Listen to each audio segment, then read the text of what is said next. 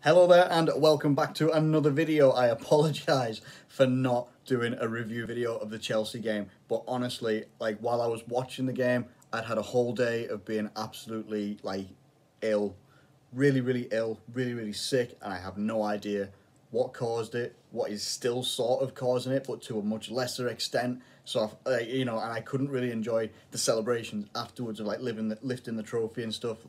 It was just a diabolical day on the game day, a diabolical day yesterday, and yeah, just feeling slightly better, but it's just, I don't know what's going on. Anyway, let's talk about the game. It's a very late review, and then later on today, I'll be doing a preview for Liverpool versus Newcastle. I'm pretty sure that's who our last game is against, isn't it? Yeah, it finished 5-3. To Liverpool overall, and we lifted the trophy afterwards. That was all fantastic. The game itself was very entertaining. It was entertaining from a Liverpool point of view right up until it went 4-3, but really good. And this is how bad it was being ill and whatever's going on in my stomach region. In that, I saw the first goal. Fantastic. What a goal that was by Naby Keita. Really nicely taken goal, driving towards the goal and just smacks it in, right in off the underside of the crossbar and goes in the back of the net. And I'll come back and talk about Kepa a little bit later on. Then we get a foul go our way. This sets off a little bit of fireworks between Klopp and Frank Lampard. Lampard has come out and said, Liverpool giving it the big un and all this lot, and it's your first Premier League title and stuff. Don't be so arrogant. This is a man that I remember really going in on Leeds when he was in the Championship with Derby, and then when he won against Leeds in the playoffs, I think it was, and he's doing the whole memeing himself, stop crying Frank Lampard, and he's doing crying and stuff like that in front of the camera. His wins and stuff that he's had over Tottenham and Chelsea and other teams this season so far as well. When you want to talk about arrogance, there's not many more people more arrogant than Frank Lampard as a player and as a manager as well. So when he wants to talk about arrogance, he's got to maybe, have a quick look in the old mirror himself before he starts telling other people. Anyway, I do agree that it was a slightly, soft foul. It was, but at the end of the day, it got given, and there's not really a great deal else that Liverpool can do about it, apart from have Trent Alexander-Arnold put it in the back of the net from 30 yards. What a free kick that was. And it is becoming a trademark from that sort of distance, that sort of angle. Trent Alexander-Arnold will step up and will most likely put it in the back of the net. Really nicely worked. Then we go up to 3-0 on 42 minutes, 43 minutes. Go up 3-0, Gini Wijnaldum, ball's bouncing around the box a little bit, and he just puts his foot through it and puts it in the back of the net. Again, I look at Kepa. All three of these goals as well, by the way, I look at this and I think Alisson or an Edison, maybe even a De Gea, would have saved these goals as well, or at least got a good hand to them. And then I look at them as well, and I look at the fact that actually Kepa does get a hand to some of these shots that are going in on target, and it's as if his hand is just made of paper and it just folds. As soon as the ball hits it, it just folds. And that's all it does, just lets it in the back of the net. And then pretty much on half-time, we have a bit of a situation where, the ball's coming into the box. Alisson comes out and saves it a little bit, and it bounces up in the air. And Giroud, being the opportunist that Giroud is, just comes in, slide tackles 3-1, and it's 3-1 at half-time. And as soon as that goal went in before half-time, I just thought, they're going to come back into this. They are going to come back into this. And then when I look at it as well, this was a really nicely worked goal. But Trent Alexander-Arnold's passing was fully on show. I haven't seen, and to be fair, I haven't seen an attacking performance like this from Liverpool for one that really got me up and going and feeling good since probably Leicester at Christmas time. The attacking display that we had was absolutely fantastic, and Trent Alexander-Arnold's pinpoint, absolute ping onto Bobby Firmino's perfectly timed run in between the two centre-backs. And again, I felt that Kepa could have done better with this one as well, but Bobby Firmino scores his first goal at Anfield all season. No, I was well pleased for him. Really pleased that he got that goal as well. Then Chelsea made a host of substitutions, and the one substitution, and I want to talk about him a little bit after I've sort of reviewed the goals as well. Christian Pulisic came on, Tammy Abraham came on, and Hudson-Odoi. Now, I don't remember Hudson-Odoi doing a great deal, but the other two, Tammy Abraham's always a danger. He's very, very good in the box. Very, very dangerous player. But Pulisic comes on, and he's a man possessed. And he came on for Willian. Now, Willian is a good player, but he hadn't really done a great deal up until this point anyway. And then when he got took off, Pulisic came on. And literally, Pulisic looked about 100 miles an hour quicker than every single player on the pitch, including ours. Like, he just literally looked absolutely rapid. And he fed this ball through to Tammy Abraham. And it was just really nice cut across the box. Tammy Abraham, all he's got to do is just put his foot through it or side foot it, put it in the back of the net, and that's exactly what he did. And it was it was a very, very good goal, very well worked goal. And like, as soon as he came on and did that, Pulisic, I started to think this is going to get much more competitive, which it did. For himself as well, he absolutely, in fact, I say that Hudson-Odoi didn't do a great deal. This is how bad my memory is, seeing as Hudson-Odoi actually got the assist for Christian Pulisic's goal. But it was a very well done goal as well. Took our defence apart, which isn't an easy thing to do, but like really did, and puts it in the back of the net himself for 4-3. And I'm looking at this game going, okay, this is interesting. It started giving me a little bit of flashbacks of when I remember, what was it, Fergie's last year at United, and he'd won the title and stuff like that, and he went 5-5 with West Brom when Lukaku was playing for West Brom with the dreads and stuff. And I remember, I just had a little flashback of that game. I don't know why, but it felt like it was going to go that way. Oxlade-Chamberlain comes on for Mo Salah, and I need to speak about Salah a little bit as well at some point. But Oxlade-Chamberlain comes on, and he's just basically, this was perfect, picture perfect Liverpool counter.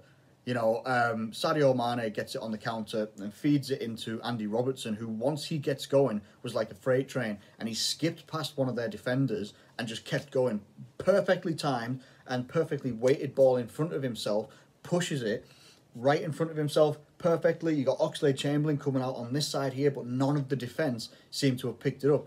Robertson whips in this ball that is just perfectly in between every single one of their players, and all Oxlade-Chamberlain's got to do is put it in the back of the net, and put it in the back of the net is what he did.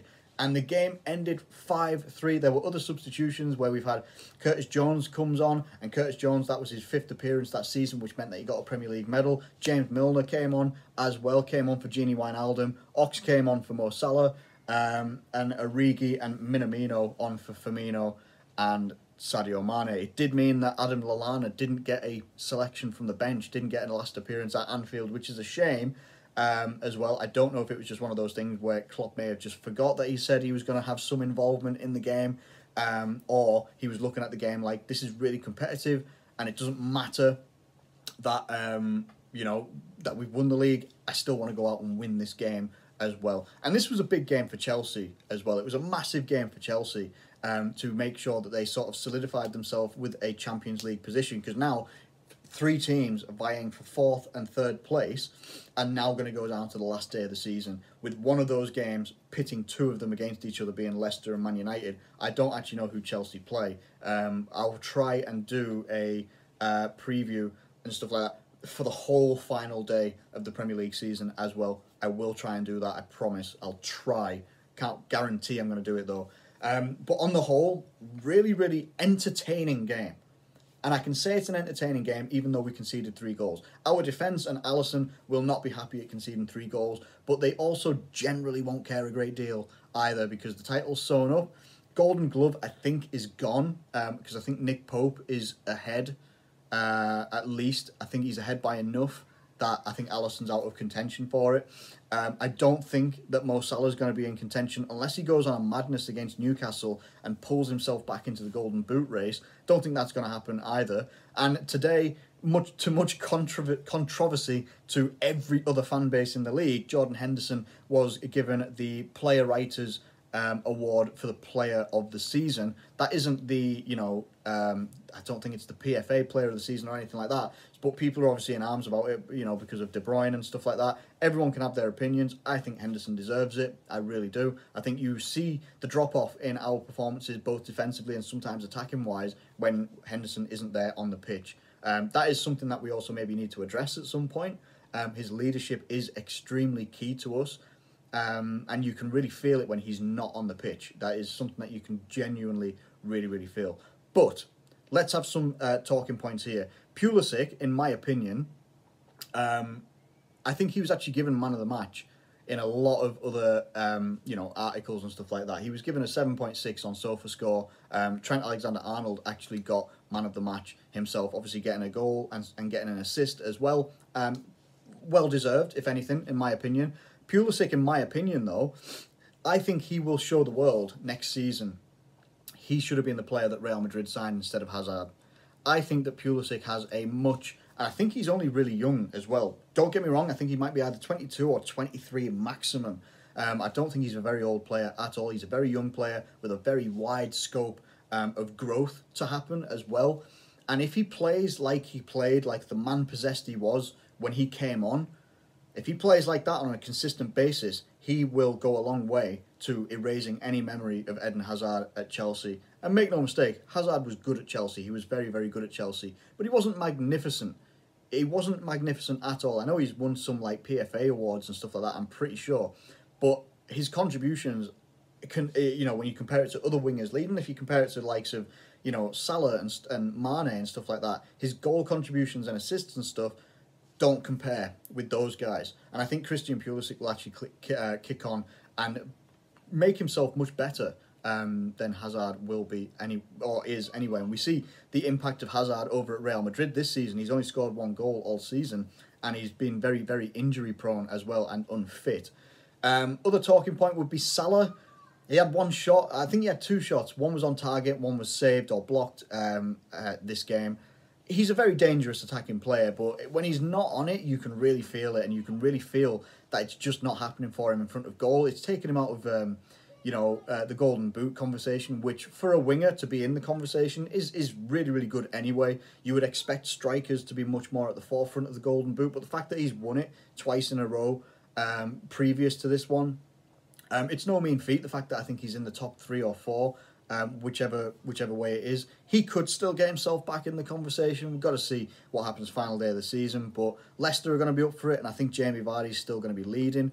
I think there's just got to be something worked on for Salah himself in terms of getting end product in front of goal.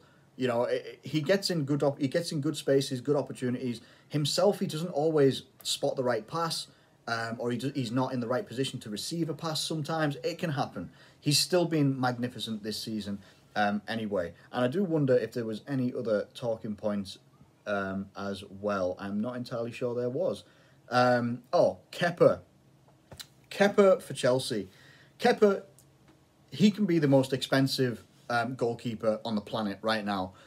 He won't be by the end of the transfer window in the summer. There's no way that Chelsea don't go out and get another one. Now, Chelsea are linked with Oblak from Atletico Madrid, who is a redonkulous goalkeeper. He is more than up there with Alisson, Edison, whoever else. They're probably the top 3 goalkeepers. I can't put who would be number 1. I think they're all brilliant goalkeepers in their own right. Oblak has been exceptional for Atletico Madrid. It's whether and Atletico are commanding this 105 million fee for Oblak, and that is what you're going to have to pay. The other goalkeeper that Chelsea are linked with is Ter Stegen from Barcelona. Again, another ridiculous goalkeeper as well. Someone who's, for some reason, obviously Manuel Neuer gets preferred in the German national team, but I think that Ter Stegen is above Neuer, in my opinion. Regardless of all the heroics that Neuer can do, I think Ter Stegen is just a better all-round goalkeeper, in my opinion. It's an area that Chelsea do have to address when they move forward. You can do so much with the defence and stuff that you've got in front of you, and again, it's one of those things where they do need to go out and address themselves with a centre-back, and everyone is always, as it is quoted as saying by lots of people, looking for their Van Dijk. That's what they're looking for. They're looking for that Van Dijk who can transform a defence from being a shoddy one to being one that is actually pretty Loctite at most times. And, you know, people are looking at Koulibaly as well. Obviously, you look at Man United, spent 80 million and made Harry Maguire the most expensive defender of all time right now. Not entirely sure whether he's paid that back at all, but he's still a pretty solid defender. Is he better than what, you know, they already had, like a Chris Smalling and all that sort of business? I don't know. That's up to you guys to sort of have a discussion about as well. I don't think so. But on the whole, you know, we go out there. We are on 96 points at Anfield, which is very poetic. Justice for the 96 and everything that goes along with that as well. And to lift the Premier League trophy, yes, it's in an empty stadium. There's nothing that you can do about that. People can troll about it or whatever. It was going to happen regardless. Lifting a trophy in an empty stadium. We haven't done a Leeds and done a bus tour already, which is just ridiculous. I don't know who in their right mind thought that was a good idea for them to do, to go and do a bus tour, open bus tour, and not expect people to gather. What are you going to do? Just go around Leeds city centre, you know, and just go around all the shopping bits and stuff like that and just have people not there? What's the point? I don't know why they did that.